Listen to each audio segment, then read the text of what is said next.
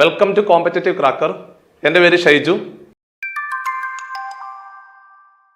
നമ്മൾക്ക് എല്ലാവർക്കും പുതിയ വിവരങ്ങളൊക്കെ അറിഞ്ഞിട്ടുണ്ടാവുമെന്ന് ഞാൻ പ്രതീക്ഷിക്കുന്നു. 2025 ആദ്യത്തെ CSEB പരീക്ഷ കഴിഞ്ഞ് അവസാനിച്ചിരിക്കുമായിരുന്നു. ഈ ഒരു പരീക്ഷയുടെ ക്വസ്റ്റ്യൻ പേപ്പർ പരിശോധിക്കുകയാണെങ്കിൽ നമുക്കറിയാം 160 ചോദ്യങ്ങളാണ് നമ്മൾ പരീക്ഷയ്ക്ക് വേണ്ടി എഴുതി മാറിയത്. ഇനി വരാൻ പോകുന്ന നോട്ടിഫിക്കേഷൻ എന്തായാലും നമുക്കറിയാം എത്രയും പെട്ടെന്നുണ്ടാകും എന്നുള്ള കാര്യത്തിലെ ഉറപ്പാണ്. ഓരോ ദിവസങ്ങളും നിർണായകമാണ്. നോട്ടിഫിക്കേഷൻ വന്നതിന് ശേഷം പഠിച്ചു തുടങ്ങാം എന്ന് വിചാരിച്ചു കഴിഞ്ഞാൽ ഈ മാറ്റങ്ങൾ വന്നതിന് ശേഷമുള്ള ഈ പരീക്ഷ ക്രാക്ക് ചെയ്യുവാൻ വലിയ ബുദ്ധിമുട്ടായിരിക്കും. അപ്പോൾ നിങ്ങൾ ആദ്യം ചെയ്യേണ്ടതെന്ന് പറഞ്ഞു കഴിഞ്ഞാൽ പുതിയ പരീക്ഷ വരുന്ന സമയത്ത് പഴയ പരീക്ഷയും പുതിയ പരീക്ഷയും തമ്മിലുള്ള മാറ്റം എന്താണെന്ന് ആദ്യമേ മനസ്സിലാക്കണം. ആ മാറ്റം എന്താണെന്ന് ചോദിച്ചു കഴിഞ്ഞാൽ നമ്മൾ കഴിഞ്ഞ തവണ, അതായത് കുറച്ച് ദിവസങ്ങൾക്ക് മുമ്പ് പോയി പരീക്ഷ എഴുതിയ സമയത്ത് നിങ്ങൾ അവിടെ ഫേസ് ചെയ്തതെന്ന് പറഞ്ഞു കഴിഞ്ഞാൽ അതായത് 160 ചോദ്യങ്ങളാണ്. അതിൽ നിന്നും മാറ്റം വന്നുകൊണ്ട് 100 ചോദ്യങ്ങളായിട്ട് മാറാൻ പോവുകയാണ് പുതിയ പരീക്ഷ. അപ്പോൾ മാത്രമല്ല അവിടെ നമുക്ക് ഓരോ ചോദ്യത്തിന് 1/2 മാർക്ക് വെച്ചായിരുന്നു. പുതിയ പരീക്ഷയിലെ PSCയുടെ അതേ പാറ്റേൺ, അതായത് 100 ചോദ്യങ്ങൾ നിങ്ങളുടെ ക്വസ്റ്റ്യൻ പേപ്പറിനകത്ത് കാണും. ആ 100 ചോദ്യങ്ങളിലെ ഓരോ ചോദ്യത്തിനും ഓരോ മാർക്ക് വെച്ചായിരിക്കും അവർ വാല്യൂ ചെയ്യുന്നത്. മാത്രമല്ല പിന്നെ PSC പരീക്ഷയുമായിട്ട് കമ്പയർ ചെയ്യുമ്പോൾ ഈ ഒരു പരീക്ഷയ്ക്ക് നെഗറ്റീവ് മാർക്കില്ല. അപ്പൊ അതുകൊണ്ട് ആ 100 ചോദ്യങ്ങളിലെ പരമാവധി ചോദ്യങ്ങൾ നമ്മൾ ക്രാക്ക് ചെയ്യണം. അപ്പോൾ ഓരോ ചോദ്യത്തിനുമുള്ള പ്രസക്തി വളരെ വലുതാണ്. കാരണം നേരത്തെ ആയിരുന്നെങ്കിൽ നമുക്ക് ഒരു ചോദ്യം നമ്മുടെ കയ്യിൽ നിന്ന് നഷ്ടപ്പെട്ടു പോയാൽ നമുക്ക് 1/2 മാർക്ക് മാത്രമേ നഷ്ടപ്പെടത്തുള്ളായിരുന്നല്ലേ. പക്ഷെ ഇനി അങ്ങനാണോ? അല്ല. ഇനി നിങ്ങളുടെ മുമ്പിൽ നിന്നും ഒരു ചോദ്യം മിസ്സായി പോയാൽ, അല്ലെങ്കിൽ ഒരു ചോദ്യം തെറ്റായി പോയി കഴിഞ്ഞാൽ നിങ്ങൾക്ക് 1 മാർക്ക് നഷ്ടപ്പെട്ടു പോകും. അതുകൊണ്ട് ഓരോ ചോദ്യങ്ങളും, നമ്മുടെ മുമ്പിൽ ആകെ 100 ചോദ്യങ്ങളാണുള്ളത്, ആ ഓരോ ചോദ്യങ്ങൾക്കും വ്യക്തമായിട്ടുള്ള ഒരു ഇമ്പോർട്ടൻസ് അടുത്ത പരീക്ഷ മുതലുണ്ട്. അപ്പൊ അതുകൊണ്ട് ആ 100 ചോദ്യങ്ങളുടെ പാറ്റേണിലേക്ക് പുതിയ പരീക്ഷാ രീതി വരുന്ന സമയത്ത് നമ്മൾ എന്തൊക്കെ മാറ്റങ്ങൾ വരുത്തണം പരീക്ഷയ്ക്ക് മുമ്പായിട്ട്, അത് പ്രത്യേകം ശ്രദ്ധിക്കണം.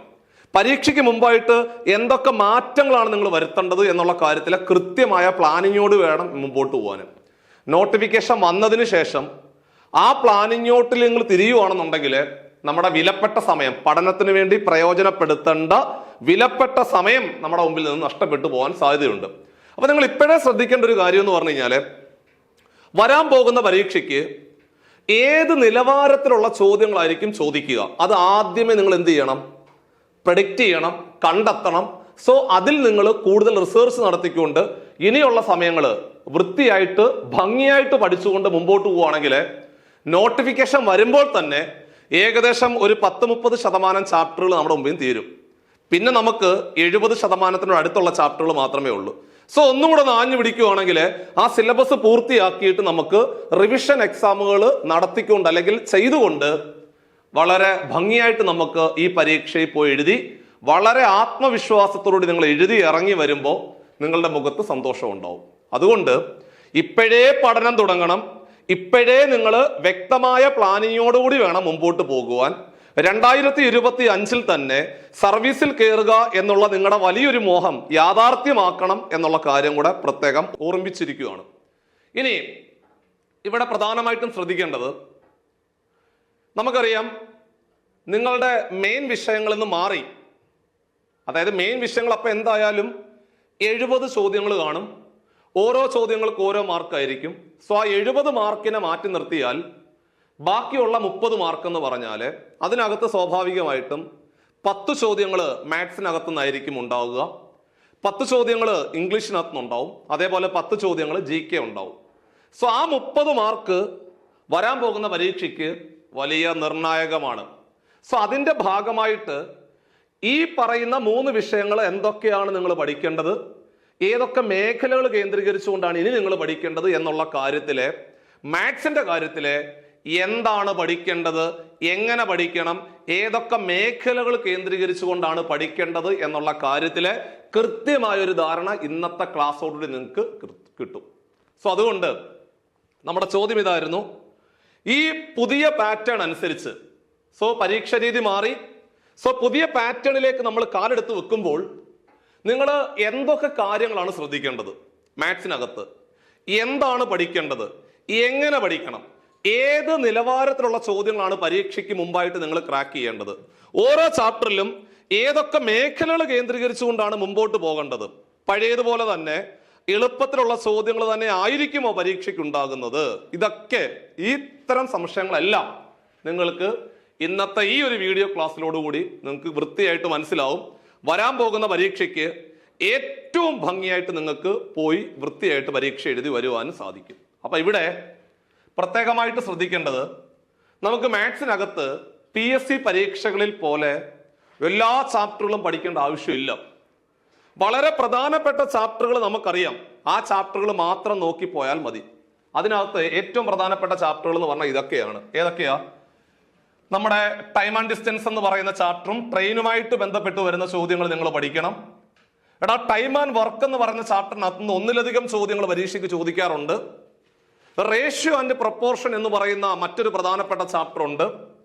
LCM ആൻഡ് HCF എന്ന് പറയുന്ന ചാപ്റ്ററിന് ഒരു 6-7 ടൈപ്പ് ചോദ്യങ്ങൾ മാത്രം പഠിച്ചാൽ മതിയാകും. വലിയ ചാപ്റ്റർ ആണ്.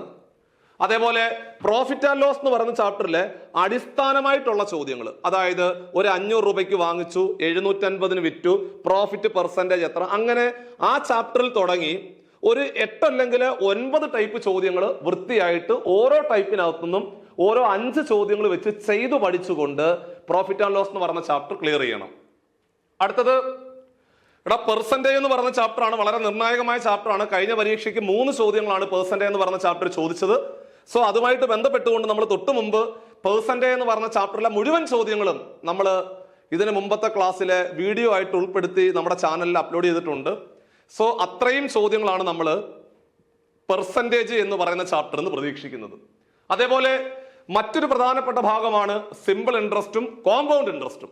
അപ്പൊ നിങ്ങൾക്ക് പേടി വരും, പക്ഷേ സിമ്പിൾ ഇൻട്രസ്റ്റും കോമ്പൗണ്ട് ഇൻട്രസ്റ്റിന്റെയും തുടക്കത്തിൽ കിടക്കുന്ന ഒരു 3 അല്ലെങ്കിൽ 4 ടൈപ്പ് ചോദ്യങ്ങൾ മാത്രം പഠിച്ചാൽ മതിയാകും. കാരണം ഒരുപാട് ആഴത്തിലേക്ക് പോകത്തില്ല. അതാണ് നമ്മുടെ ഒരു പാറ്റേൺ എന്ന് പറഞ്ഞു കഴിഞ്ഞാൽ.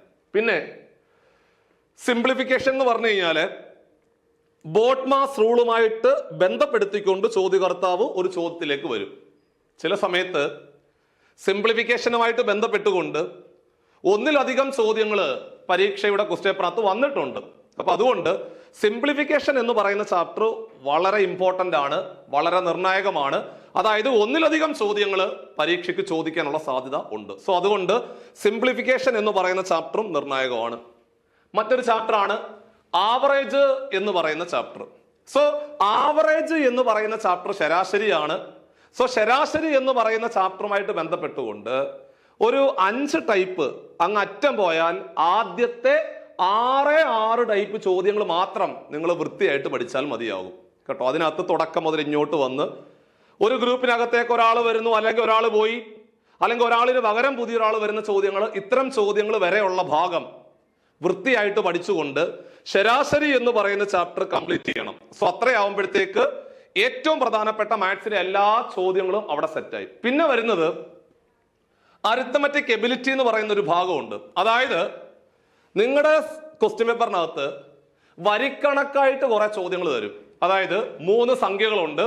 അതിൽ ആദ്യത്തെ സംഖ്യ മൂന്നാമത്തതിന്റെ ഇരട്ടിയാണ്, അതേപോലെ രണ്ടാമത്തതിന്റെ പകുതിയാണ്, എന്നിട്ട് കുറെ കാര്യങ്ങളൊക്കെ പറഞ്ഞിട്ട് ഈ രണ്ടാമത്തെ സംഖ്യ ഏത്, അല്ലെങ്കിൽ മൂന്നാമത്തത് ഏത്, അല്ലെങ്കിൽ ആദ്യത്തെ സംഖ്യ ഏത്, അങ്ങനെ വരിക്കണക്കായിട്ട് വരുന്ന കുറച്ച് ചോദ്യങ്ങളൊക്കെ ഉണ്ട്.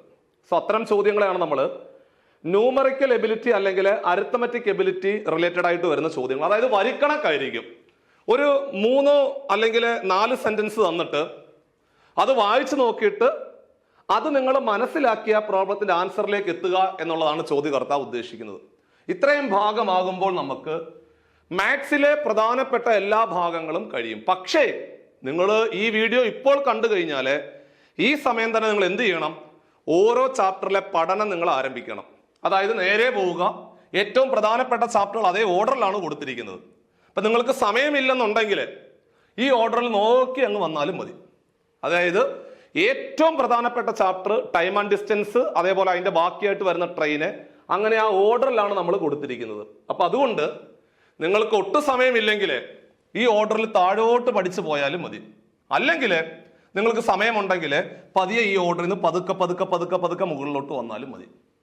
സോ ഇതാണ് നമ്മുടെ മാത്സിനകത്തെ പ്രധാനപ്പെട്ട ചാപ്റ്ററുകൾ എന്നുള്ള കാര്യം വീണ്ടും ഞാൻ നിങ്ങളെ ഓർമ്മിപ്പിക്കുകയാണ്. സോ വൃത്തിയായിട്ട് പഠിക്കണം. ഓരോ ചാപ്റ്ററേയും ചോദ്യങ്ങൾ ചെയ്ത് ചെയ്ത് ചെയ്ത് പരിശീലിക്കണം. അതായത് ഒരു ചോദ്യം ചെയ്യാൻ 30 സെക്കൻഡ് കൂടുതൽ സമയം എടുക്കാത്ത രീതിയിലേക്ക് നിങ്ങൾ പ്രിപ്പറേഷൻ ഡെവലപ്പ് ചെയ്യണം എന്നുള്ള കാര്യം കൂടിയാണ് ഈ ഒരു സാഹചര്യത്തിലെ ഓർമ്മപ്പെടുത്തുന്നത്. നമുക്ക് രണ്ടാമത്തെ ഭാഗം എന്ന് പറഞ്ഞാല് മെന്റൽ എബിലിറ്റി ആണ്, അല്ലെങ്കിൽ റീസണിങ് ആണ്. റീസണിങ്ങിനകത്തുനിന്ന് ഇത്രയും ചോദ്യങ്ങളാണ്. അപ്പൊ കഴിഞ്ഞ പരീക്ഷയ്ക്ക് നമ്മൾ പോകുമ്പോൾ ഏകദേശം 20 ക്വസ്റ്റ്യൻസ് വന്നു പരീക്ഷയ്ക്കല്ലേ. ആ 20 ചോദ്യങ്ങളിലെ ഓരോ ചോദ്യത്തിനും 1/2 മാർക്ക് വെച്ച് മൊത്തത്തിൽ 10 മാർക്കിന്റെ ക്വസ്റ്റ്യൻസ് ആണ് നമ്മൾ മാത്സിനകത്ത് കണ്ടത്. പക്ഷേ പുതിയ പരീക്ഷയിലേക്ക് പോകുന്ന സമയത്ത് ഇത് രണ്ടിനും കൂടെ ചേർന്ന് ആകെ 10 മാർക്കേ ഉള്ളൂ. അപ്പൊ ക്വസ്റ്റ്യൻസ് 10 ചോദ്യങ്ങളായിട്ട് ചുരുങ്ങുമ്പോൾ സ്വാഭാവികമായിട്ടും സാധാരണഗതിയിലെ റീസണിങ് ചോദ്യങ്ങളായിരിക്കും കൂടുതൽ വരാൻ സാധ്യത. അതായത് 5 അല്ലെങ്കിൽ 6 ചോദ്യങ്ങൾ വരെ റീസണിങ് പോർഷനകത്തുനിന്ന് വരാം. അപ്പോൾ അവിടെ ബാക്കിയുള്ള ചോദ്യങ്ങൾ മാത്സിനകത്തുനിന്ന് വരും. ഒരു 4 ചോദ്യം, ഇവിടെ 6 ആണെങ്കിൽ അവിടെ ഒരു 4 എണ്ണം വരും, അല്ലെ ഇവിടെ 5 ആണെങ്കിൽ അവിടെ 5 വരും. ഈ ഒരു പാറ്റേൺ ആണ് നമ്മൾ അടുത്ത പരീക്ഷയ്ക്ക് പ്രതീക്ഷിക്കുന്നത്. അപ്പോൾ ഇവിടെ പഴയതുപോലെ തന്നെ നമ്മൾ കഴിഞ്ഞ ക്ലാസ്സിൽ ഇതിനെക്കുറിച്ചുള്ള ഡീറ്റെയിൽഡ് കാര്യങ്ങളൊക്കെ പറഞ്ഞിട്ടുണ്ടായിരുന്നു. നമ്പർ സീരീസുമായിട്ട് ബന്ധപ്പെട്ട ചോദ്യങ്ങൾ സ്ഥിരമായിട്ട് പരീക്ഷയ്ക്ക് ചോദിക്കാറുണ്ട്. അതേപോലെ ഡയറക്ഷൻ, നമ്മൾ രാജു ഇടത്തോട്ട് തിരിഞ്ഞു വലത്തോട്ട് തിരിഞ്ഞു അങ്ങനെ വരുന്ന ചോദ്യങ്ങളെല്ലാം ചോദിക്കാറുണ്ട്. റാങ്കിങ്ങുമായിട്ട് ബന്ധപ്പെട്ട ചോദ്യങ്ങൾ, അതായത് ഒരു വരിയിലെ ഇടത് നിന്ന് 5-ാമതാണ് വലത് നിന്ന് 7-ാമതാണ് അങ്ങനെ വരുന്ന ചോദ്യങ്ങൾ, അല്ലെങ്കിൽ വൃത്താകൃതിയിലെ ഇടത്ത് നിന്ന്, അതായത് 6 പേര് വട്ടത്തിലിരിക്കുന്നു, അതിലെ എയുടെ ഇടത് 5-ാമതാണ് സി ഇരിക്കുന്നത്, സിയുടെ വലത് 3-ാമതാണ് എ ഇരിക്കുന്നത്, അങ്ങനെ കുറെ കാര്യങ്ങൾ പറഞ്ഞിട്ട് എയുടെയും സിയുടെയും നടുവിൽ ആരാണ് ഇരിക്കുന്നത്, അല്ലെങ്കിൽ എയുടെ വലത് 3-ാമത് ആരാണ് ഇരിക്കുന്നത്, അത്തരം ചോദ്യങ്ങളൊക്കെയാണ് നമ്മുടെ ഈ റാങ്കിങ് എന്ന് പറയുന്ന ഭാഗവുമായിട്ട് ബന്ധപ്പെട്ട് വരുന്നത്. കോഡിംഗ് ആണ്. ഡീകോഡിംഗ് എന്ന് പറഞ്ഞു കഴിഞ്ഞാല് ഏതെങ്കിലും ഒരു വാക്ക് അവർ പറയുന്ന രീതിയിൽ കോഡ് ചെയ്തിട്ട് മറ്റൊരു വാക്ക് അതുപോലെ കോഡ് ചെയ്യാനുള്ള ചോദ്യങ്ങളാണ് പരീക്ഷയ്ക്ക് നമ്മളോട് ചോദിക്കുന്നത്. കലണ്ടറിലെ ചോദ്യങ്ങൾ ചോദിക്കാറുണ്ട്. ഒരു ചോദ്യം മാത്രമാണ് സാധാരണ പലപ്പോഴും കാണാറുള്ളത്. ക്ലോക്കിന്റെ ചോദ്യങ്ങൾ ചോദിക്കാറുണ്ട്. ക്ലോക്കുമായിട്ട് ബന്ധപ്പെട്ട് വരുന്ന ചോദ്യങ്ങൾ ചോദിക്കാറുണ്ട്. അതൊക്കെ നമ്മൾ ഡീറ്റെയിൽഡ് ആയിട്ട് ക്ലാസ്സിൽ പഠിപ്പിക്കും. അതേപോലെ നമ്പർ പാറ്റേൺ. സോ ഒരു പാറ്റേൺ മനസ്സിലാക്കി, അത് ചിലപ്പോൾ ഒരു ഫിഗർ പാറ്റേൺ ആയിരിക്കും. ആ പാറ്റേൺ ഒരു 3 ഫിഗർ തന്നിട്ട് അതിൽ ആദ്യത്തെ 2 ഫിഗർ മനസ്സിലാക്കി 3-ാമത്തെ നമ്പർ പാറ്റേൺ നിങ്ങൾ ഫില്ല് ചെയ്യേണ്ട ചോദ്യങ്ങളെയാണ് നമ്മൾ നമ്പർ പാറ്റേൺ എന്ന് പറയുന്നത്. അതേപോലെ ബ്ലഡ് റിലേഷനുമായിട്ട് ബന്ധപ്പെട്ട ചോദ്യങ്ങൾ പരീക്ഷയ്ക്ക് ചോദിക്കാറുണ്ട്. എയുടെ അച്ഛനാണ് സി, സിയുടെ അമ്മയാണ് ഡി, ഡിയുടെ മകന്റെ, അങ്ങനെ ഇങ്ങനെ കുറെ കാര്യങ്ങൾ പറഞ്ഞിട്ട് എയുടെ മകന്റെ ഭാര്യ ആരാണ്, അങ്ങനെയൊക്കെയുള്ള ചോദ്യങ്ങളാണ് നമ്മൾ ബ്ലഡ് റിലേഷൻ എന്ന് പറയുന്ന ടോപ്പിക്കുമായിട്ട് ബന്ധപ്പെട്ടുകൊണ്ട് പ്രതീക്ഷിക്കുന്നത്. അതേപോലെ അടുത്തതായിട്ട് ഫിഗർ ബേസ്ഡ് ചോദ്യങ്ങൾ, അതായത് ഒരു വലിയൊരു ഫിഗർ തന്നിട്ട് അതിനകത്ത് എത്ര ട്രയാങ്കിൾ ഉണ്ട്, അല്ലെങ്കിൽ എത്ര സ്ക്വയർ ഉണ്ട്, അല്ലെങ്കിൽ എത്ര റെക്ടാങ്കിൾ ഉണ്ട് എന്നൊക്കെയുള്ള ചോദ്യങ്ങളെയാണ് നമ്മൾ ഫിഗർ ബേസ്ഡ് ക്വസ്റ്റ്യൻസ് എന്ന് പറയുന്നത്. ഒരു ഫിഗർ തന്നിട്ട് അതുമായിട്ട് ബന്ധപ്പെട്ടുകൊണ്ടായിരിക്കും ചോദ്യകർത്താവ് ചോദ്യങ്ങൾ ചോദിക്കുന്നത് എന്നുകൂടി മനസ്സിലാക്കുക. പിന്നെ പാറ്റേണും സില്ലോജിസവും നമ്മൾ ഇതിനു മുമ്പ് അത് ഡീറ്റെയിൽഡ് ആയിട്ട് പറഞ്ഞിട്ടുണ്ട്. പാറ്റേൺ എന്ന് പറഞ്ഞു കഴിഞ്ഞാൽ ഏതുതരം പാറ്റേൺ വേണമെങ്കിലും പരീക്ഷയ്ക്ക് ചോദിക്കാവുന്നതാണ്. അത് ഡീറ്റെയിൽഡ് ആയിട്ട് നമ്മൾ നേരത്തെ പഠിച്ചതാണ്. സില്ലോജിസം എന്ന് പറയുന്ന ഭാഗത്തുനിന്ന് ഒരു 3 ടൈപ്പ് ചോദ്യങ്ങൾ നോക്കിയാൽ മതി. സമ്മ്, ഓള്, നോ, ഈ 3 കോൺസെപ്റ്റുകൾ വെച്ചുകൊണ്ട് വരച്ചുകൊണ്ട് ചോദ്യങ്ങൾ എങ്ങനെയാണ് ചെയ്തെടുക്കേണ്ടത് എന്ന് പഠിക്കണം. അതുമായിട്ട് ബന്ധപ്പെട്ട ചോദ്യങ്ങൾ പരീക്ഷയ്ക്ക് ചോദിക്കാറുണ്ട്. ഒരു ചോദ്യം മാത്രമാണ് പ്രതീക്ഷിക്കുന്നത്.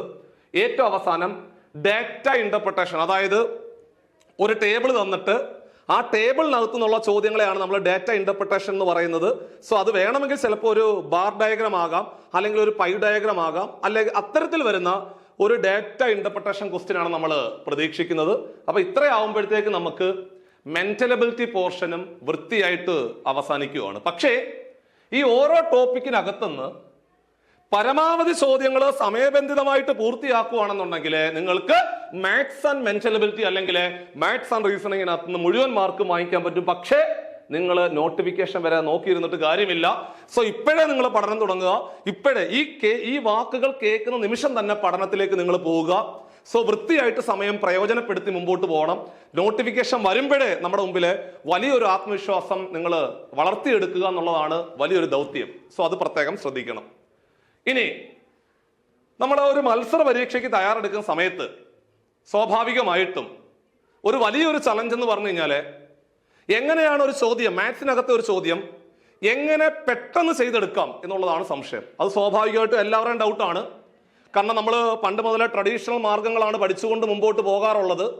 അതിനകത്ത് ഇക്വേഷൻസ് ഉണ്ട്, സ്റ്റെപ്പ് എഴുതിയിട്ട് ഏറ്റവും അവസാനമാണ് നമുക്കൊരു 5 മാർക്ക് അല്ലെങ്കിൽ 3 മാർക്കിന്റെ ക്വസ്റ്റ്യൻ ആയിട്ട് മാറുന്നത്. പക്ഷേ മത്സര പരീക്ഷകൾക്ക് അല്ലെങ്കിൽ കോമ്പറ്റേറ്റീവ് എക്സാമിന് പോകുമ്പോൾ നിങ്ങൾ എത്രയും പെട്ടെന്ന് ആൻസറിലേക്ക് എത്തുക എന്നുള്ളതാണ് കഴിവ്. അത് എന്ത് മാർഗം ഉപയോഗിച്ചാണെങ്കിലും കുഴപ്പമില്ല. നിങ്ങൾ 1 സെക്കൻഡ് കൊണ്ട് ആൻസറിലേക്ക് എത്തുന്നുണ്ടെങ്കിൽ നിങ്ങളാണ് മിടുക്കം.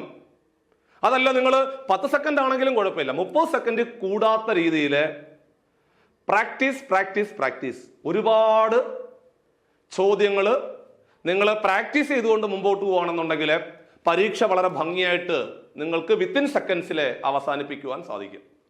അപ്പൊ നമ്മൾ ഇന്നത്തെ ക്ലാസ്സിൽ എങ്ങനെയാണ് കുറച്ച് ചോദ്യങ്ങൾ, അതായത് നമ്മൾ മാത്സിനകത്തുനിന്ന് സ്ഥിരമായിട്ട് കാണുന്ന കുറച്ച് ചോദ്യങ്ങൾ ക്ലാസ്സിൽ പരിചയപ്പെടുത്താം. സോ ആദ്യമായിട്ട് പരീക്ഷ എഴുതുന്നവർക്ക് ഒരുപാട് ഉപകാരപ്പെടും. കാരണം എങ്ങനെയാണ് അടുത്ത പരീക്ഷയ്ക്ക് നിങ്ങളുടെ മുമ്പിൽ നിങ്ങൾ പോകുന്ന സമയത്ത് ഏതൊക്കെ ചോദ്യങ്ങൾ എങ്ങനെ ക്രാക്ക് ചെയ്യണം എന്നുള്ള കാര്യത്തിൽ കൃത്യമായ ധാരണ കിട്ടും. ഇപ്പൊ നമുക്ക് മാത്സിനകത്തേക്ക് ഞാൻ പോയി കഴിഞ്ഞാൽ, നിങ്ങളോട് ആദ്യമേ ഞാൻ പറഞ്ഞു, മാത്സിനകത്തെ ചോദ്യങ്ങളുടെ ഒരു പാറ്റേൺ എന്ന് പറഞ്ഞു കഴിഞ്ഞാൽ മാത്സും റീസണിങ്ങും കൂടെ നമുക്കൊരു 10 ചോദ്യങ്ങളാണ് പരീക്ഷയ്ക്ക് ചോദിക്കുന്നത്. ഓരോ ചോദ്യത്തിനും 1 മാർക്ക് വെച്ചാകുമ്പോൾ 10 മാർക്കായി. സോ ആ 10 മാർക്ക് അടിക്കുക എന്നുള്ളത് തന്നെയാണ് നമ്മുടെ വലിയൊരു മിഷൻ എന്ന് പറഞ്ഞു കഴിഞ്ഞാൽ. സോ അത് തന്നെയാണ് നമ്മുടെ വലിയൊരു ദൗത്യം. അപ്പൊ അതുകൊണ്ട് ഈ ഓരോ ചോദ്യങ്ങളും വളരെ നിർണായകം. ഒരു ചോദ്യം പോലും കയ്യിൽ നിന്ന് പോകാൻ പാടില്ല. കയ്യിൽ നിന്ന് പോയ 1 മാർക്ക് പോയടാ. അപ്പൊ അതുകൊണ്ട് ക്വസ്റ്റ്യൻ പേപ്പറിന്റെ നിലവാരവും കുറച്ചുകൂടി ഉയർത്തും അവര്. അപ്പൊ അതുകൊണ്ട് നിങ്ങൾ ഇപ്പോഴേ പ്രാക്ടീസ് അത് ഒരിക്കലും മറന്നു പോകാൻ പാടില്ല. സോ അങ്ങനെയാണെങ്കിൽ കുറച്ച് ചോദ്യങ്ങൾ ഞാൻ വെറുതെ ഒന്ന് ക്ലാസ്സിൽ പരിചയപ്പെടുത്താം. സ്ഥിരമായിട്ട് കാണുന്ന ചോദ്യങ്ങൾ തുടക്കക്കാർക്ക് ഒരുപാട് ഉപകാരപ്പെടും. നിങ്ങൾ നോക്കിയേ, ഇവിടെ കുറച്ച് ചോദ്യങ്ങൾ കാണാൻ സാധിക്കും. Root of 42 to infinity. ഇങ്ങനെ ഒരു ചോദ്യം കാണുമ്പോൾ നമ്മൾ വിറയ്ക്കും, അയ്യോ ഇതെന്തോന്നല്ല ഇത്. എടാ ഒന്നുമില്ല, അതായത് റൂട്ടിനകത്ത് കുറെ റൂട്ട് വരുന്ന ഒരു ചോദ്യമാണ് ആണേ. റൂട്ടിനകത്ത് കുറെ റൂട്ട് വരുന്ന ചോദ്യത്തില് നിങ്ങൾ എപ്പോഴും നോക്കേണ്ടത് ആ റൂട്ടിനകത്തുള്ള സംഖ്യ പരിശോധിക്കുക. റൂട്ടിനകത്തുള്ള സംഖ്യ ഏതാ? റൂട്ടിനകത്തുള്ള സംഖ്യ 42 അല്ലേ? ഇനി നിങ്ങൾ ആലോചിക്കണം, ആ 42 കിട്ടാൻ വേണ്ടി ഏതൊക്കെ 2 തുടർച്ചയായ എണ്ണൽ സംഖ്യകൾ തമ്മിൽ ഗുണിക്കണം എന്ന് ആലോചിക്കണം. തുടർച്ചയായ എണ്ണൽ സംഖ്യ എന്ന് പറഞ്ഞാല് 1 2 2 3 3 4 4 5 അങ്ങനെ തുടർച്ചയായ 2 എണ്ണൽ സംഖ്യകൾ തമ്മിൽ ഗുണിക്കുമ്പോൾ 42 കിട്ടണം. നിങ്ങൾ ആലോചിക്ക്. അപ്പോഴേ നിങ്ങളുടെ മനസ്സിൽ വന്നിട്ടുണ്ടാവും 42 കിട്ടണമെങ്കിൽ എടാ 6 7 കൂടെ ഗുണിച്ചാൽ പോരെ? 6 7 കൂടെ ഗുണിക്കുമ്പോഴല്ലേ 42 ആണേ. അപ്പോൾ നമുക്ക് മനസ്സിലായി 42 കിട്ടാൻ വേണ്ടി 6ഉം 7ഉം കൂടെ ഗുണിച്ചാൽ മതി. സെറ്റ്. ഇനി ആ റൂട്ടിനകത്തേക്ക് നോക്കിക്കേ, ആ ചിഹ്നം എന്തുവാ? റൂട്ടിനകത്തെ ചിഹ്നം പ്ലസ് അല്ലേ? പ്ലസ് ആണെങ്കിൽ ഈ 2 സംഖ്യകളിലെ വലിയ സംഖ്യയായിരിക്കും ഉത്തരം. സോ ഈ 2 സംഖ്യകളിലെ വലിയ സംഖ്യ ഏതാ? 7 അല്ലേ? അപ്പൊ അതുകൊണ്ട് നമ്മളുടെ ഉത്തരം 7 ആണെന്ന് പറഞ്ഞ് അവസാനിപ്പിക്കുവാൻ സാധിക്കും. ഇത്രേ ഉള്ളൂ. അപ്പോൾ റൂട്ടിനകത്തെ ചിഹ്നം പ്ലസ് ആണെങ്കിൽ വലിയ സംഖ്യ, റൂട്ടിനകത്തെ ചിഹ്നം മൈനസ് ആണെങ്കിൽ ചെറിയ സംഖ്യ ആയിരിക്കും ഉത്തരം. റൂട്ടിനകത്തെ സംഖ്യ വലിയ പ്ലസ് ആണെങ്കിൽ, റൂട്ടിനകത്ത് പ്ലസ് ചിഹ്നമാണെങ്കിൽ വലിയ നമ്പർ ആയിരിക്കും ഉത്തരം. അതേപോലെ റൂട്ടിനകത്ത് മൈനസ് ചിഹ്നമാണെങ്കിൽ ചെറിയ സംഖ്യ ആയിരിക്കും ഉത്തരം എന്നുകൂടി ഓർത്തിരിക്കണം. സോ അങ്ങനെയാണെങ്കിൽ നോക്കിക്കോണേ, 56 കിട്ടാൻ വേണ്ടി ഏതൊക്കെ 2 തുടർച്ചയായ എണ്ണൽ സംഖ്യകൾ തമ്മിൽ ഗുണിക്കണം? എടാ 56 കിട്ടണം. സോ 56 കിട്ടണമെങ്കിൽ നമുക്ക് എല്ലാവർക്കും അറിയാം 7ഉം 8ഉം കൂടെ ഗുണിച്ചാൽ മതി അല്ലേ? 7ഉം 8ഉം കൂടെ ഗുണിക്കുമ്പോഴാണ് 56 കിട്ടുന്നത്. ഇനി റൂട്ടിനകത്തേക്ക് നോക്കിക്കേ, പ്ലസ് ചിഹ്നമല്ലേ? എടാ റൂട്ടിനകത്ത് പ്ലസ് ചിഹ്നമാണെങ്കിൽ ആ കിട്ടിയ സംഖ്യകളിലെ വലിയ നമ്പർ ആയിരിക്കും ആൻസർ. വലിയ നമ്പർ ഏതാ? വലിയ നമ്പർ 8. ഉത്തരം 8 ആണ്. കണ്ടോ, പരിപാടി കഴിഞ്ഞു. 12 ആലോചിക്കേ, 12 കിട്ടാൻ വേണ്ടി ഏതൊക്കെ 2 തുടർച്ചയായ എണ്ണൽ സംഖ്യകൾ തമ്മിൽ ഗുണിക്കണം? നിങ്ങളുടെ മനസ്സിൽ വന്നു കാണും, എടാ മക്കളെ 12 കിട്ടണമെങ്കിൽ 3 4 കൂടെ ഗുണിച്ചാൽ പോരെ? അപ്പോൾ നിങ്ങൾക്ക് മനസ്സിലായി 3 × 4 ആണ് 12 എന്ന് മനസ്സിലായി. സോ ഇനി ആലോചിക്കേ, ചിഹ്നം ഏതാ? പ്ലസ് ആണെങ്കിൽ വലിയ സംഖ്യ, മൈനസ് ആണെങ്കിൽ ചെറിയ സംഖ്യ. പ്ലസ് ആണെങ്കിൽ വലിയ സംഖ്യ, മൈനസ് ആണെങ്കിൽ ചെറിയ സംഖ്യ. ഇവിടെ ഏതാ? പ്ലസ് ആണോ മൈനസ് ആണോ? മൈനസ് അല്ലേ? മൈനസ് ആണെങ്കിൽ ചെറിയ സംഖ്യ ആയിരിക്കും ഉത്തരം. ചെറിയ സംഖ്യ ഏതാ? 3. അപ്പൊ ഉത്തരം എത്ര? 3 എന്ന് വരും. കണ്ടോ? ഇങ്ങനെ ഒരു ചോദ്യം വരുമ്പോൾ നമുക്ക് ഒരു 2 സെക്കൻഡ് പോലും വേണോ? അല്ലെങ്കിൽ പേന എടുക്കണോ? വേണ്ട. സോ ഇങ്ങനെ സ്ഥിരമായിട്ട് പരീക്ഷയ്ക്ക് ചോദിക്കുന്ന ഓരോ ടൈപ്പിലെ ചോദ്യങ്ങൾ വൃത്തിയായിട്ട് ചെയ്തു പഠിച്ചുകൊണ്ട് വേണം മുമ്പോട്ട് പോകുവാൻ എന്നുള്ള കാര്യം വീണ്ടും ഞാൻ ഓർമ്മിപ്പിക്കുകയാണ്. സോ അങ്ങനെയാണെങ്കിൽ ഈ അവസാനം കിടന്ന ചോദ്യം ഉണ്ടല്ലോ, √30 to ∞ എന്ന് പറഞ്ഞ ഈ ക്വസ്റ്റ്യൻ ഉണ്ടല്ലോ, ഇതിന്റെ ആൻസർ നിങ്ങൾ എന്ത് ചെയ്യണം എന്നറിയും? കമന്റായിട്ട് രേഖപ്പെടുത്തണം. എത്ര സമയം എടുത്തിട്ടുണ്ടാവും? 1 സെക്കൻഡ് പോലും എടുത്ത് കാണത്തില്ല. ചിലപ്പോൾ ഒരു പക്ഷെ നിങ്ങൾ വീഡിയോ കണ്ടപ്പോൾ തന്നെ നിങ്ങളുടെ മനസ്സിലെ ആൻസറിലേക്ക് എത്തിയിട്ടുണ്ടാവും. സോ ഇങ്ങനെയാണ് നിങ്ങൾ പ്രിപ്പയർ ചെയ്തുകൊണ്ട് മുമ്പോട്ട് പോകേണ്ടത്. അങ്ങനെയാണെങ്കിൽ നിങ്ങളുടെ വിലപ്പെട്ട സമയം എന്താണ്ടേ ഈ ഒരു ചോദ്യത്തിന് മേൽ സ്പെൻഡ് ചെയ്യണം. അപ്പൊ നിങ്ങൾ പറയും, സാറേ ആ ക്വസ്റ്റ്യൻ വായിച്ചു നോക്കുമ്പോൾ അവിടെ പ്ലസും ഇല്ല മൈനസും ഇല്ല, ആ ക്വസ്റ്റ്യനകത്ത് പ്ലസും ഇല്ല മൈനസും ഇല്ല. അങ്ങനെ പ്ലസും മൈനസും ഇല്ലെങ്കിൽ സ്വാഭാവികമായിട്ടും ഗുണനമല്ലേ? എടാ ക്വസ്റ്റ്യനകത്ത് വായിച്ചു നോക്കുമ്പോൾ പ്ലസും ഇല്ല മൈനസും ഇല്ല, അങ്ങനെ പ്ലസും മൈനസും ഇല്ലെങ്കിൽ സ്വാഭാവികമായിട്ടും ഗുണനമല്ലേ? അങ്ങനെ ഗുണനമാണെങ്കിൽ പിന്നെ വേറൊന്നും ആലോചിക്കണ്ട, ആ സംഖ്യ തന്നെ ആയിരിക്കും ഉത്തരം. ആ സംഖ്യ തന്നെ ആയിരിക്കും ഉത്തരം. ഉത്തരം 12. വേറൊന്നും ആലോചിക്കണ്ട, ആ സംഖ്യ തന്നെ ആയിരിക്കും ഉത്തരം. അപ്പൊ നമുക്ക് രണ്ടാമത്തെ ക്വസ്റ്റ്യനിലേക്ക് പോവാം. രണ്ടാമത്തെ ചോദ്യം നോക്കിയേ. √45 to ∞ എന്നാണ് ചോദ്യം. സ്വാഭാവികമായിട്ടും റൂട്ടിനകത്ത് കുറെ റൂട്ട് വരുന്ന ചോദ്യങ്ങൾ ചോദിച്ചാൽ നിങ്ങൾ ആദ്യം ചെയ്യേണ്ടത് പ്ലസ് ആണോ മൈനസ് ആണോ ഇൻറ്റു ആണോ നോക്കണം. അപ്പൊ ഇവിടെ നോക്കുന്ന സമയത്ത് പ്ലസും അല്ല മൈനസും അല്ല. എടാ പ്ലസും മൈനസും അല്ലെങ്കിൽ സ്വാഭാവികമായിട്ട് ഗുണനമല്ലേ? ആണ്. അങ്ങനെ ഗുണനമാണെങ്കിൽ പിന്നെ നമ്മൾ വേറൊന്നും ആലോചിക്കേണ്ട ആവശ്യമില്ല. റൂട്ടിനകത്തുള്ള സംഖ്യ ഏതാണോ അതായിരിക്കും ആൻസർ. റൂട്ടിനകത്ത് കിടക്കുന്ന സംഖ്യ ഏതാണോ അതായിരിക്കും ആൻസർ. റൂട്ടിനകത്ത് കിടക്കുന്ന സംഖ്യ 45, ഉത്തരം 45. കണ്ടോ? എത്ര സെക്കൻഡിനുള്ളിൽ ആ ആൻസർ കിട്ടും നോക്കിക്കേ. സോ അങ്ങനെയാണെങ്കിൽ തൊട്ട് താഴെ കിടക്കുന്ന ഈ ചോദ്യം √10 to ∞ എന്ന് പറയുന്ന ഈ ഒരു ചോദ്യം ചെയ്യാൻ നിങ്ങൾക്ക് 1 സെക്കൻഡ് പോലും സമയം വേണ്ടി വന്നില്ലല്ലോ. ആൻസർ കമന്റ് ചെയ്യണം. വേണ്ടി വന്നില്ലല്ലോ. സോ ഇങ്ങനെ മത്സര പരീക്ഷകൾക്ക് തയ്യാറെടുക്കുന്ന ഉദ്യോഗാർത്ഥികൾ ഓരോ ചാപ്റ്ററിന്റെയും ഏറ്റവും പ്രധാനപ്പെട്ട ചോദ്യങ്ങൾ എളുപ്പ വഴികൾ കണ്ടെത്തി പഠിച്ചുകൊണ്ട് മുമ്പോട്ട് പോവുക എന്നുള്ളത് തന്നെയാണ് വലിയൊരു ദൗത്യം എന്ന് പറഞ്ഞു കഴിഞ്ഞാൽ. സോ ആ രീതിയിൽ വേണം പ്രിപ്പയർ ചെയ്തുകൊണ്ട് മുമ്പോട്ട് പോകാൻ. സോ നിങ്ങളുടെ പ്രിപ്പറേഷനുമായിട്ട് ബന്ധപ്പെട്ടുകൊണ്ട് ഓരോ ചാപ്റ്ററുകൾ പഠിക്കുമ്പോഴും ഒരു 30 സെക്കൻഡിനുള്ളിൽ ആൻസറിലേക്ക് എത്തുവാൻ പ്രത്യേകം ശ്രമിക്കണം. അതിനു വേണ്ടിയിട്ട് നിങ്ങൾ കൂടുതൽ ചോദ്യങ്ങൾ എടുത്തുകൊണ്ട് പ്രാക്ടീസ് ചെയ്തുകൊണ്ട് വേണം മുമ്പോട്ട് പോകാൻ. സ്വാഭാവികമായിട്ടും നിങ്ങളുടെ മുമ്പിൽ ഈ ഒരു ചോദ്യം വരുമ്പോൾ തന്നെ നിങ്ങൾ ഉത്തരം 7 എന്ന് പറഞ്ഞിട്ടുണ്ടാകും. പക്ഷെ തെറ്റ ആൻസർ. എന്തുകൊണ്ടാണ് തെറ്റായത്? എടാ മക്കളെ, അവിടെ ഇൻഫിനിറ്റി ഇല്ല. അങ്ങനെ ഇൻഫിനിറ്റി ഉണ്ടായിരുന്നുവെങ്കിൽ നിങ്ങളുടെ ഉത്തരം 7 തന്നെ ആയിരുന്നു. പക്ഷേ ഇൻഫിനിറ്റി ഇല്ലെങ്കിൽ നിങ്ങൾ ചെയ്യേണ്ട പരിപാടി എന്ന് പറഞ്ഞാല്, എടാ ഇൻഫിനിറ്റി ഇല്ലെങ്കിൽ അതിന്റെ അർത്ഥം അവിടെ 3 എണ്ണമേ ഉള്ളൂ, ഇവിടെ 4 എണ്ണമേ ഉള്ളൂ, ഇവിടെ 5 എണ്ണമേ ഉള്ളൂ എന്നല്ലേ അർത്ഥം. ഇൻഫിനിറ്റി ഇല്ല. സോ ഇത്തരം ചോദ്യങ്ങൾ നിങ്ങളുടെ മുമ്പിലേക്ക് വരുന്ന സമയത്ത് നിങ്ങൾ ചെയ്യേണ്ട പരിപാടി എന്ന് പറഞ്ഞാൽ ഒന്നുമില്ല, സിമ്പിൾ ആണ്. ആദ്യത്തെ റൂട്ടിന് താഴെ 2 എന്ന് എഴുതണം. എപ്പോഴും 2 എന്ന് എഴുതണം. ആദ്യത്തെ റൂട്ടിന് താഴെ 2 എന്ന് എഴുതണം. എപ്പോഴും ആദ്യത്തെ റൂട്ടിന് താഴെ 2 എന്നങ്ങ് എഴുതി വെക്കുക. എപ്പോഴും അങ്ങനെ തന്നെ അങ്ങ് എഴുതണം. ഇനി ആ 2ന്റെ ഡബിൾ എടുത്ത് അടുത്ത റൂട്ടിന് താഴെ കൊണ്ടുവന്ന് എഴുതണം.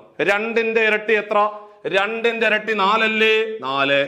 ഇനി ആ 4ന്റെ ഇരട്ടി എടുത്ത് അപ്പുറത്തെ റൂട്ടിൽ കൊണ്ടുവെക്കുക. 4ന്റെ ഇരട്ടി എത്ര? 4ന്റെ ഡബിൾ അല്ലെങ്കിൽ 4ന്റെ ഇരട്ടി. 4 2 8 അല്ലേ? 8 എന്ന് എഴുതി വെക്കണം. അങ്ങനെ നിങ്ങൾ ചെയ്യേണ്ടത് ആദ്യത്തെ റൂട്ടിന് താഴെ 2 എന്ന് എഴുതുക. ആ 2ന്റെ ഇരട്ടി എടുത്ത് അടുത്ത റൂട്ടിൽ കൊണ്ടുവെക്കുക. 4. 4ന്റെ ഇരട്ടി 8. ഇനി ഒരെണ്ണം ഉണ്ടെങ്കിൽ 8ന്റെ ഡബിൾ 16. 16ന്റെ ഇരട്ടി 32. അങ്ങനെ ഇരട്ടി എടുത്തെടുത്ത് പോകണം. എന്നിട്ട് ആ റൂട്ടിനകത്ത് കിടക്കുന്ന സംഖ്യ എടുത്ത് പുറത്തേക്ക് എഴുതുക. എഴുതി അതിന്റെ പവറായിട്ട്, അതിന്റെ കൃതിയായിട്ട് ഏത് നമ്പറിലാണോ അവസാനിച്ചത്, നമ്മൾ ഡബിൾ എടുത്ത് പോയില്ലേ, എവിടെയാണോ അവസാനിച്ചത്, എടാ ഏത് നമ്പറിലാണോ അവസാനിച്ചത് അതിൽ നിന്ന് കുറയ്ക്കുക, അതിൽ നിന്ന് കുറയ്ക്കുക, അതിൽ നിന്ന് കുറയ്ക്കുക. എട്ടിൽ അവസാനിച്ചാൽ എട്ടിൽ നിന്ന് കുറയ്ക്കുക, എട്ടിൽ നിന്ന് കുറച്ചാൽ 7 ഡിവൈഡഡ് ബൈ ആ ലാസ്റ്റ് നമ്പർ അങ്ങ് എഴുതുക. ലാസ്റ്റ് നമ്പർ ഏതാ? 8. അപ്പൊ ഉത്തരം 7/8 എന്ന് വരും ആൻസർ. അതായത് റൂട്ടിനകത്ത് കിടക്കുന്ന സംഖ്യ എടുത്ത് പുറത്തേക്ക് എഴുതണം. അതിന്റെ പവറായിട്ട് നമ്മൾ ഡബിൾ എടുത്ത് പോയില്ലേ, അവിടെ ഏത് നമ്പറിലാണോ അവസാനിച്ചത് അതിൽ നിന്ന് 1 കുറയ്ക്കുക, divided by last number. So ഇത്രേ ഉള്ളു പരിപാടി. കണ്ടോ, സിമ്പിൾ അല്ലേ? സോ അങ്ങനാണെങ്കിൽ നിങ്ങളുടെ മുമ്പിൽ അടുത്തൊരു ചോദ്യം വന്നിട്ടുണ്ട്. കണ്ടോ, ഇവിടെ ഇൻഫിനിറ്റി ഇല്ല.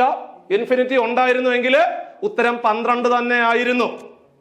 പക്ഷേ ഇൻഫിനിറ്റി ഇല്ലാത്തത് കൊണ്ട് ആദ്യത്തെ റൂട്ടിന് താഴെ 2 എന്ന് എഴുതി, 2ന്റെ ഇരട്ടി 4, 4ന്റെ ഇരട്ടി 8, 8ന്റെ ഇരട്ടി 16. ഇങ്ങനെ നിങ്ങൾ മുമ്പോട്ട് പോകണം.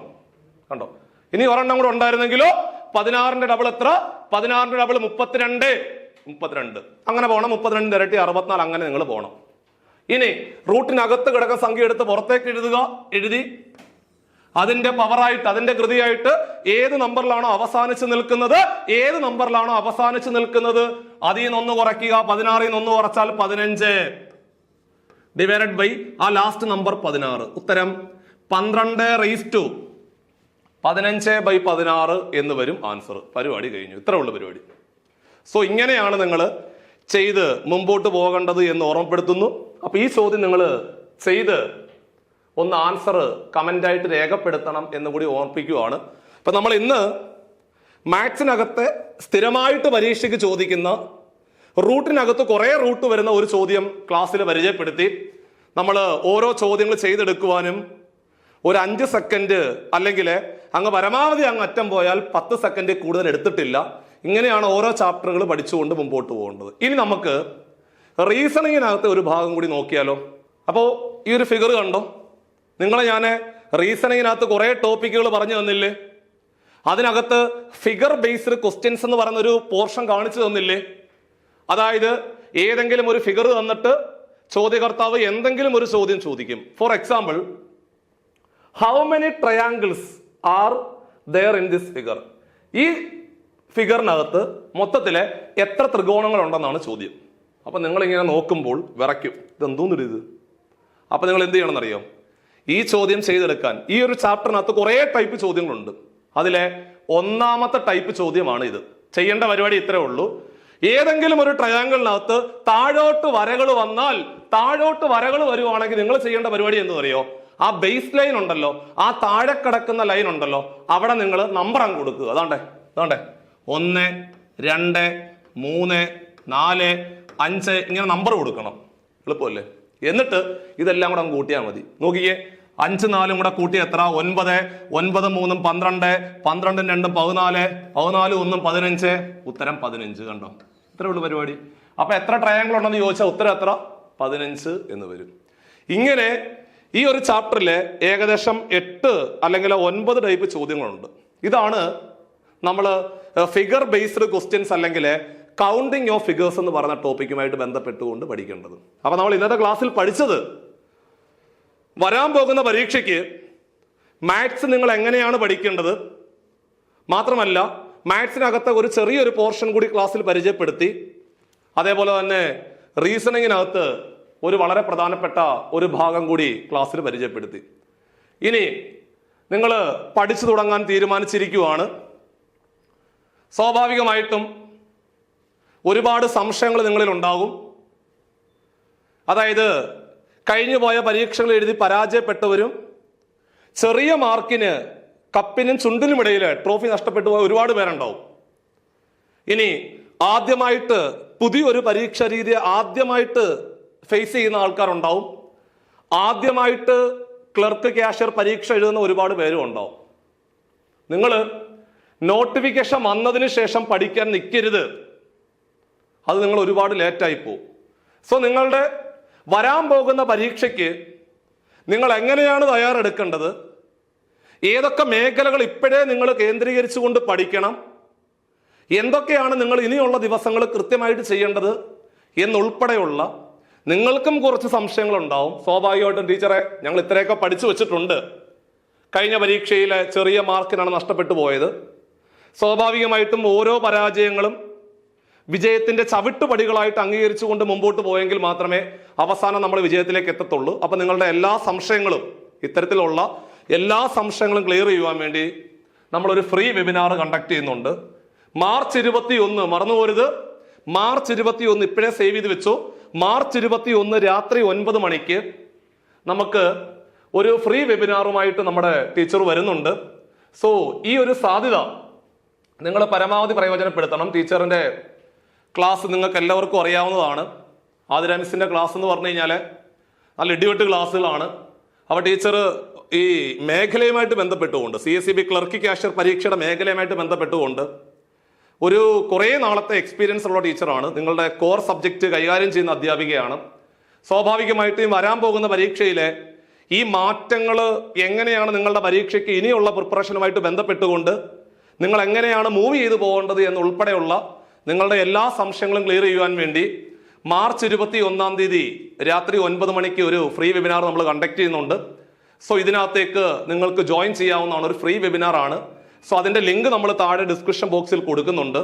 സോ അതിനകത്ത് ജോയിൻ ചെയ്തുകൊണ്ട് ഈ ഒരു സാധ്യത, നിങ്ങളുടെ എല്ലാ സംശയങ്ങളും ക്ലിയർ ചെയ്തുകൊണ്ട് നിങ്ങൾക്ക് വളരെ ഭംഗിയായിട്ട് പഠിക്കാവുന്നതാണ്. സോ നിങ്ങളുടെ പ്രിപ്പറേഷനുമായിട്ട് ബന്ധപ്പെട്ടുകൊണ്ട് CSEB ക്ലർക്ക് കാഷ്യർ പരീക്ഷ എഴുതാൻ പോകുന്ന തുടക്കക്കാരായ ഉദ്യോഗാർത്ഥികളെ കേന്ദ്രീകരിച്ചുകൊണ്ട് നമ്മൾ പുതിയ ബാച്ചുകളും അതേപോലെ അത്യാവശ്യം കാര്യങ്ങൾ അറിയാവുന്നവരെ സമീപിച്ച് നോക്കുമ്പോൾ അവർക്കും ഉപകാരപ്പെടുന്ന രീതിയിൽ പുതിയ ബാച്ചുകൾ നമ്മൾ നമ്മുടെ CCയിലെ സ്റ്റാർട്ട് ചെയ്തിട്ടുണ്ട്. സോ എല്ലാവർക്കും ഉപകാരപ്പെടുന്ന രീതിയിൽ ഓരോ ദിവസങ്ങളും എങ്ങനെയാണ് കൃത്യമായിട്ട് പഠിച്ചുകൊണ്ട് പോകേണ്ടത്, എങ്ങനെയാണ് പരീക്ഷകൾ എഴുതേണ്ടത്, സോ അതുമായിട്ട് ബന്ധപ്പെട്ടുകൊണ്ട് റിവിഷൻ എക്സാമ്പിൾ എങ്ങനെ എഴുതണം, സോ അതേപോലെ തന്നെ ഓരോ ക്ലാസ്സിന്റെയും PDF നോട്ടുകൾ ഉൾപ്പെടെയുള്ള എല്ലാ മെറ്റീരിയലും നിങ്ങൾക്ക് കിട്ടുന്ന രീതിയിൽ, സോ നിങ്ങൾക്ക് ഒരു ദിവസം പഠനത്തിന് വേണ്ടി പ്രയോജനപ്പെടുത്തുമ്പോൾ ആ ഒരു ദിവസം കൃത്യമായിട്ട് എങ്ങനെ പ്രയോജനപ്പെടുത്തിക്കൊണ്ട് മുമ്പോട്ട് പോകാം എന്നുൾപ്പെടെയുള്ള കംപ്ലീറ്റ് കാര്യങ്ങളും നിങ്ങൾക്ക് ഈ ഒരു ബാച്ചിൽ നിന്ന് കിട്ടുന്നതാണ്. സോ അതുകൂടി നിങ്ങൾക്ക് പരമാവധി പ്രയോജനപ്പെടുത്താവുന്നതാണ്. സോ അതിനുവേണ്ടി നിങ്ങൾക്ക് ഈ ബോർഡ് നമ്പറിൽ കോൺടാക്ട് ചെയ്ത് കഴിഞ്ഞാൽ നമ്മുടെ പുതിയ ബാച്ചുകളിലേക്ക് അഡ്മിഷൻ എടുക്കാവുന്നതാണ്. അപ്പൊ നമ്മുടെ ഇന്നത്തെ ക്ലാസ് ഇവിടെ വൈൻഡപ്പ് ചെയ്യുമ്പോൾ സ്വാഭാവികമായിട്ട് നിങ്ങൾക്ക് വരാൻ പോകുന്ന പരീക്ഷയ്ക്ക് മാത്സ് എങ്ങനെയാണ് പഠിക്കേണ്ടത്, ഏതൊക്കെ മേഖലകളാണ് പഠിക്കേണ്ടത്, ഇപ്പോൾ തന്നെ പഠിച്ചു തുടങ്ങേണ്ട ആവശ്യകതയുണ്ടോ എന്നുൾപ്പെടെയുള്ള എല്ലാ സംശയങ്ങളും നിങ്ങൾക്ക് മാറി എന്ന് വിശ്വസിക്കുന്നു. അപ്പൊ നമുക്ക് പുതിയൊരു സെഷനുമായിട്ട് അടുത്ത ക്ലാസ്സിൽ വീണ്ടും കാണാവുന്നതാണ്. ചാനൽ ഇനിയും സബ്സ്ക്രൈബ് ചെയ്യാത്തവർ സബ്സ്ക്രൈബ് ചെയ്യണം. പരമാവധി നിങ്ങളുടെ ഫ്രണ്ട്സിലേക്ക് ഷെയർ എത്തിക്കുക. അടുത്തൊരു യൂസ്ഫുൾ സെഷനുമായിട്ട് നമുക്ക് വീണ്ടും കാണാം. ബൈ.